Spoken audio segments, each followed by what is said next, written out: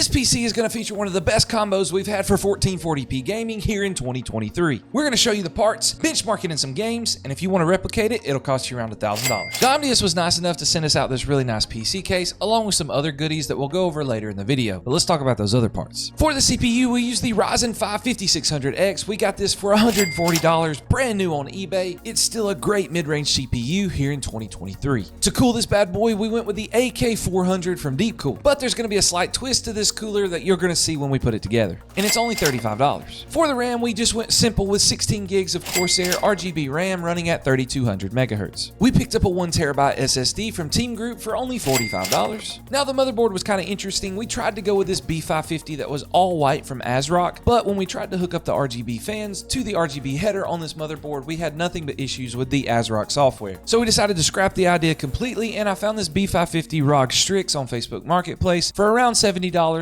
so we picked it up instead because the RGB header worked just fine. You can find B550 motherboards all the time for around $80 to $90 brand new, so you definitely shouldn't have any trouble here. For the graphics card, the feature part of this build, we use the RX 6700 XT. It is a great GPU for 1440p gaming here in 2023. It's got 12 gigs of VRAM, and we picked it up for only $250 on eBay. Being a smaller channel, we can't buy the latest and greatest, so we're working here on a budget, but at the end of the video, I'll give you some alternate parts that will be a little bit more expensive, but also a lot more future-proof. Now the rest of this build was sent out to us by Gomdius, so let's see what they got. They sent us an 850 watt gold certified power supply. They didn't send it in any particular box, and I couldn't find it online anywhere, so I'm gonna go that it's somewhere, you know, around the $80 to $90 mark, because gold certified 850 watts is probably somewhere around that. It is not modular, so we did pick up some cable extensions on Amazon for around 25 bucks from Antec that are black and white that are gonna look sweet in this build. Gomdius also sent out not one, not two, but 3 packs of RGB fans, and we're going to use all 12 of them, so make sure you pay attention to that, even though the case itself can only hold 10. And the star of the show is the Nesso P1. This case has a hexagonal design that some of the higher end PC cases have been using here lately, and this one takes it to the next level. You can pick it up on Amazon right now for $179. There is literally so much room in this case, I could not believe how easy it was to build in. A couple things to note: the push button at the top releases the front glass, and you just have to pop the other side glass open to get easy access to everything inside the case. Now this case does offer something unique. You can take off the 4 feet and lay it down horizontally. I didn't bother to do that, but I did lay it down sideways so you could just kind of see what it might look like. That's a unique feature you don't see every day. In the back, there's plenty of room for cable management, and the RGB controller has its own little spot here as well, which is a nice feature because cable managing is a pain with a lot of fans. Now to start this build out, we're actually going to install all the fans and go ahead and get that out of the way because that's my least favorite part of building any gaming PC. Now we're not using an AIO here, but you can use a 360mm AIO at the top or up to a 420mm AIO on the side. We're going to put all 10 fans in this case to start with, and I'm not the best at airflow design, but this is what we decided to do. We're actually going to let all the air come in from the bottom of the case and push it out everywhere else. Installing the bottom fans was a little bit tricky. You do pop off the bottom of this plastic here to get access to it, but the way you have to actually slide the fans in here, you're going to need radiator screws that are a little bit longer, but luckily Gomdius does put these in the package with the case, so you don't have anything to worry about there. I did not know this, so I used some that I had lying around, and then I actually looked in the box, and they do include them. You don't have to use your own. Now for the side fans, you actually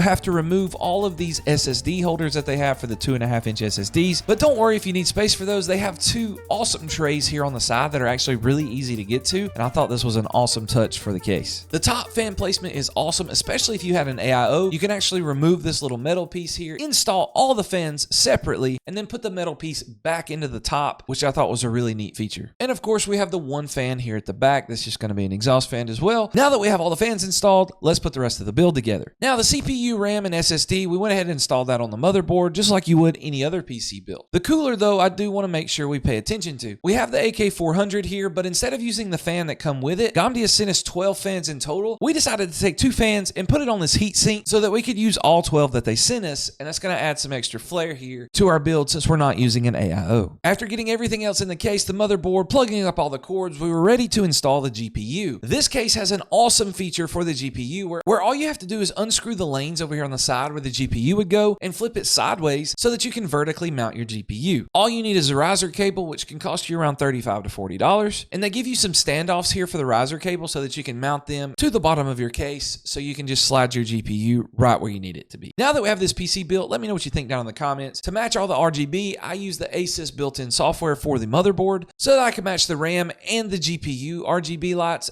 to all the other fans from GameDeus. If you don't want to mess with that, GameDeus does send out a remote with the fans that's connected to the RGB controller, and you can just change the colors with the push of a button. And now the best part of building a gaming PC, actually playing games. Let's see how it does. First up, we ran through some esport games with this 5600X and the 6700 XT. In Valorant at 4K, we got over 300 FPS. So if it runs that good in 4K, you could definitely use it in 1440p. In Overwatch, we used the Ultra preset settings and we got over 200 FPS, but it started out kind of rough. There was some sort of update in the background I didn't really notice, so our CPU usage was like maxed out and we were only getting like 80 to 40. But after the update finished, we got over 200, no problem whatsoever. In CSGO 2, on the high preset settings, we got over 200 FPS at 1440p. And just for fun, we ran the built-in benchmark for Rainbow Six Siege at 1440p. On the Ultra preset settings, we got 271 FPS. In everyone's favorite battle royale, good old Fortnite, we ran it at 1440p on the DX12 settings. You could definitely get this over 240 FPS on performance mode at 1440p, but we wanted to see what it did on DX12. We ran it on more of competitive settings, so like view distance on Epic, and we put everything else on low, and we got over 200 FPS. Sometimes it was 280, sometimes it was 220, and that did so well, we thought, hey, let's just run it at 4K just to see what happens. On 4K, with the same DX12 settings, we got around like 150 to 160 FPS,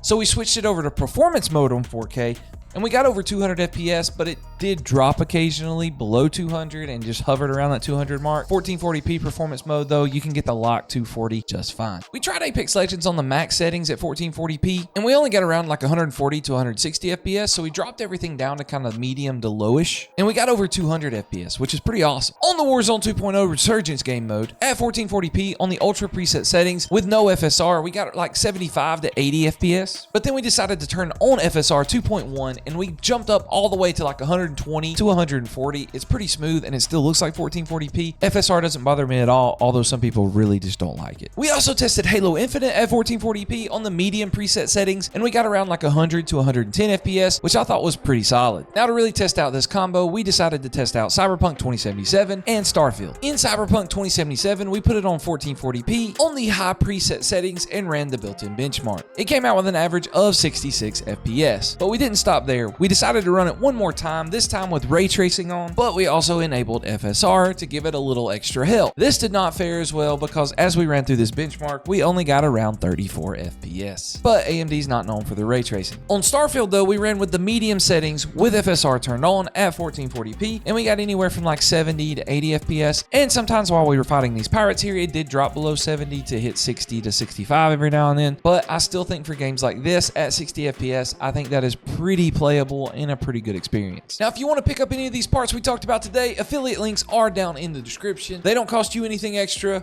but I do get a kickback, just so you know. Now, as an alternative, you could use the i5-12400F and a B660 motherboard. This will get you into Intel's 12th, 13th, or 14th gen processors, which are absolutely awesome for upgrades. They will cost a little bit more, but it's worth it down the line if you're looking to upgrade in the future. As far as graphics cards go, if you don't like AMD graphics cards and you really just want NVIDIA, go check out this graphics card here because it has the same performance and it's NVIDIA.